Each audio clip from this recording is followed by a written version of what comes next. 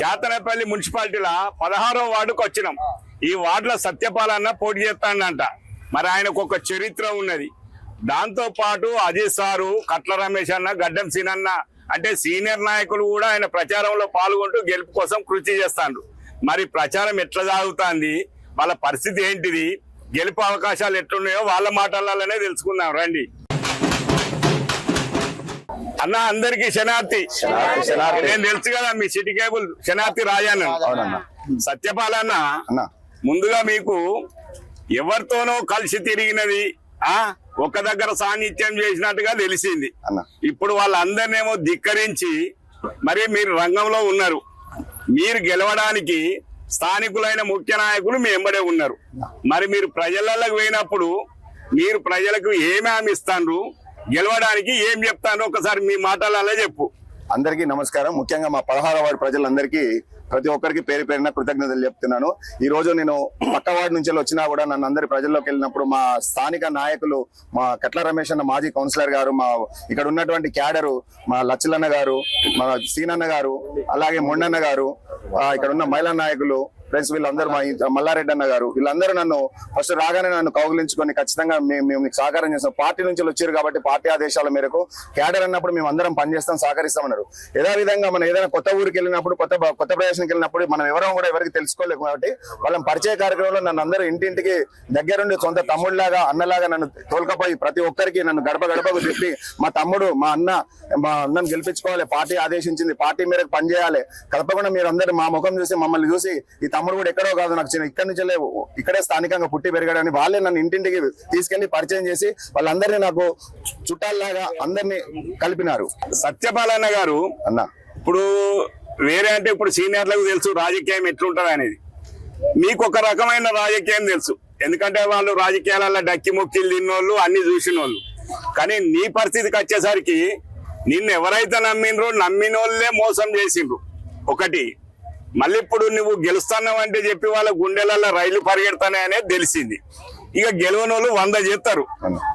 మీరు మీ గెలుపు కోసం ఏమేం ప్రయత్నాలు చేస్తాను, ఓటర్లందరికీ ఏం చెప్తాను అన్న? నేను గతంలో ఎక్కడో పనిచేశాను. ఆ పనిచేసే క్రమంలో నాకు పార్టీ పరంగా ఎక్కడ పనిచేశాను నిబద్ధతోటి నిక్కచ్చిగా ఒక పార్టీ ఆదేశానుసారం పార్టీ ప్రోటోకాల్ లో పనిచేయడమే తెలుసు. నాకు వేరేది ఏది అక్కడ కూడా నేను సక్రమంగానే పనిచేసిన. కానీ కొన్ని అనివార్య పరిస్థితుల వల్ల వాళ్ళని నమ్ముకున్న వాళ్ళు నన్ను మోసం చేసి నన్ను దూరం చేయడం వల్ల నేనే అక్కడి నుంచి నేను బయటకు వచ్చేసి నేను మళ్ళీ ప్రజల్లో ఉండాలి, ఒక కాడ మోసం జరిగినా కూడా ప్రజల్లో ఉండాలని చెప్పి నేను గౌరవనీయులు వివేక్ వెంకటస్వామి గారి దగ్గరికి వచ్చి నేను గతంలో నేను ఇక్కడ పనిచేశాను, నాకు అక్కడ సరైన న్యాయం జరగలేదు, నేను కూడా కట్టుబడి పనిచేశాను. నేను పనిచేసే క్రమంలో నా యొక్క నిబద్ధత ఖచ్చితంగా మీరు చూడండి సార్, చూసి నాకు రానున్న రోజుల్లో మాకు ఎక్కడైనా నేను పనిచేస్తా అని నాకు అవకాశం కల్పించండి, ప్రజల్లోకి వెళ్లే అవకాశం ఉంది అనిపిస్తేనే మీరు నాకు టికెట్ ఇవ్వండి అని నేను అడిగాను. అదేవిధంగా నేను పార్టీలోకి వచ్చే ముందు మా గురువు గారు అనేటువంటి మా అజిత్ సార్ గారు, వారి ద్వారా నేను ఈ రాజకీయాలకు వారి వెంటే ఉంటున్నాను. వారి క్రమశిక్షణలో భాగంగా వాళ్ళు ఎక్కడున్నా కూడా వారి ఆదేశానుసారం, పార్టీ ఆదేశానుసారం క్రమశిక్షణతో పనిచేస్తున్నాను. ప్రజల్లోకి వెళ్ళినప్పుడు నేను ప్రజలకు కూడా ఒకటే చెప్తాను, నేను చదువుకున్న వ్యక్తిని, విద్యావంతుని. ఖచ్చితంగా నేను ప్రజలకు కావాల్సిన అవసరాలపైన నాకు అవగాహన ఉన్నది. నేను 10 సంవత్సరాలుగా రాజకీయాలలో ఉన్నారు. ఆ రాజకీయాల్లో ఉండే అవగాహనను, నా యొక్క ఎక్స్పీరియన్స్, ప్రజలకు కావాల్సిన కనీస అవసరాలు, గవర్నమెంట్ నుంచి లబ్ధి కానీ, కార్యక్రమాలు కానీ, ప్రజలకు వచ్చే కష్టాలకు వాళ్ళకి విన్నంటూ ఉండి వాళ్ళకి చేసే కార్యక్రమాల్లో వాళ్ళు ఏది అడిగినా కూడా నేను ప్రతి క్షణం వాళ్ళ ఇంటికి దగ్గరికి వచ్చి నేను వాళ్ళకి పనిచేయడానికి నేను సిద్ధంగా ఉన్నాను. ఇప్పుడు గతంలో కూడా కొంతమంది ఉన్నారు వార్డు మెంబర్లుగా ఏదో. ఇప్పుడు తొలిసారిగా మీరు యువ నాయకులు రంగంలో ఉన్నారు. ఇప్పుడు మీకంటూ ఒక ప్రాధాన్యత సంతరించుకుంటుంది కదా, మరి మీరు ప్రాధాన్యత కోసం మీరు ఏం చేయదలుచుకున్నారు? ప్రజలకి కావాల్సింది ఏంటంటే ఫస్ట్ వాళ్ళ ఇళ్లలో వాళ్ళకి కావాల్సిన మౌలిక, వారి కుటుంబాలలో ఏదైనా కష్టం వచ్చినప్పుడే నాయకులు అనే వాళ్ళు ఖచ్చితంగా గుర్తిస్తా అంటారు. ఫస్ట్ ఎక్కడ కూడా నేను నా వార్డులో ఎక్కడున్నా కూడా విద్యకు, వైద్యానికి నేను మొట్టమొదటిగా నేను ఉంటాను. నేను వైద్య రంగంలో నేను ఒక 16 సంవత్సరాల ఎక్స్పీరియన్స్ ఉంది. నేను మెడికల్ గా నేను వర్క్ చేశాను. ఆ ఎక్స్పీరియన్స్ తోటి నా వార్డులో గతంలో ఉన్న 12వ వార్డులో నేను పనిచేసినప్పుడు వాళ్ళకి వచ్చే ఆరోగ్యకరమైన ప్రాబ్లమ్స్ లో గవర్నమెంట్ ద్వారా లబ్ధి జరిగే వాటిని ఎల్ఓసీలు అంటారు. ఆ ఎల్ఓసీ 2 లక్షలు 3 లక్షలు లాంటి వాటికి ఆపరేషన్లు కావాల్సినప్పుడు నేను ఒక అడుగు ముందుండి వాళ్ళ ఇంట్లో కొడుకులాగా వాళ్ళకి ఇప్పించి ఫ్రీగా వైద్యం చేయించాను. అట్లాగే విద్య ఆవశ్యక వస్తే చిన్నపిల్లలు వాళ్ళ ఇళ్లలో చాలా మంది కొంతమంది తెలియని వాళ్ళు ఉంటారు.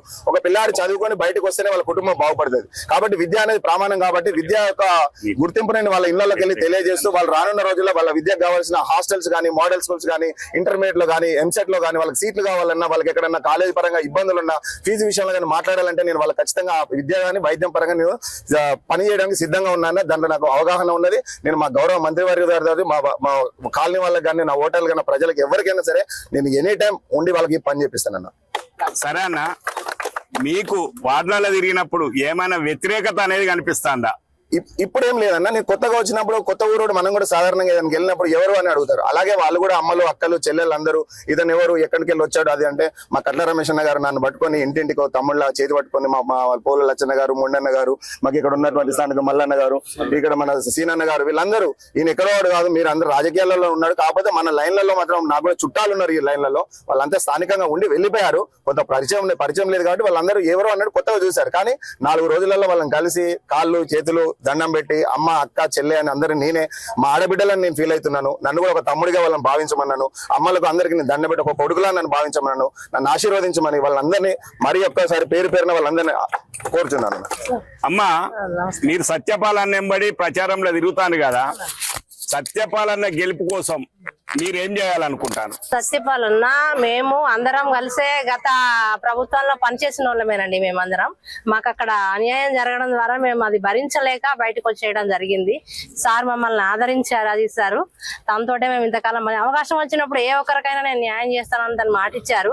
ఇప్పుడు సత్యపాల్ గారికి అవకాశం వచ్చినప్పుడు మనోడు మనం అందరం కలిసి గెలిపించుకోవాలని చెప్పి మేము వాడుకు తీసుకొచ్చుకోవడం జరిగింది.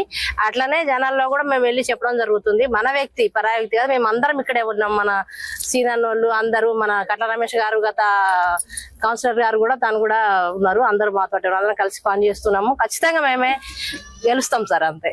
అన్న మాటలలో చెప్పేది ఏంటంటే రాష్ట్రంలో అధికారంలో కూడా మేమే ఉన్నాం. స్థానిక మంత్రివర్యులు మాకు అన్ని వేళలా అండగా ఉన్నారు. అభివృద్ధి కార్యక్రమంలో ఎలాంటి అవకాశాలు లేకుండా ముఖ్యంగా అందరికీ అందుబాటులో ఉంటూ అభివృద్ధి కార్యక్రమం చేస్తామని సత్యపాల్ మాటలలో చెప్తాండ్రు. ముఖ్యంగా ఏంటంటే ఇక్కడ వ్యతిరేకత అనేది ఉన్నది వేరే వాళ్ళ మీద. ఆ వ్యతిరేకతతోనే మేము సత్యపాల్ అన్నను కష్టపడి ఆడోళ్ళు మగోళ్ళు పిల్లలు పెద్దవాళ్ళు అందరూ కూడా కష్టపడి అన్నని గెలిపించుకుంటామనే పట్టుదలతో ఉన్నారు.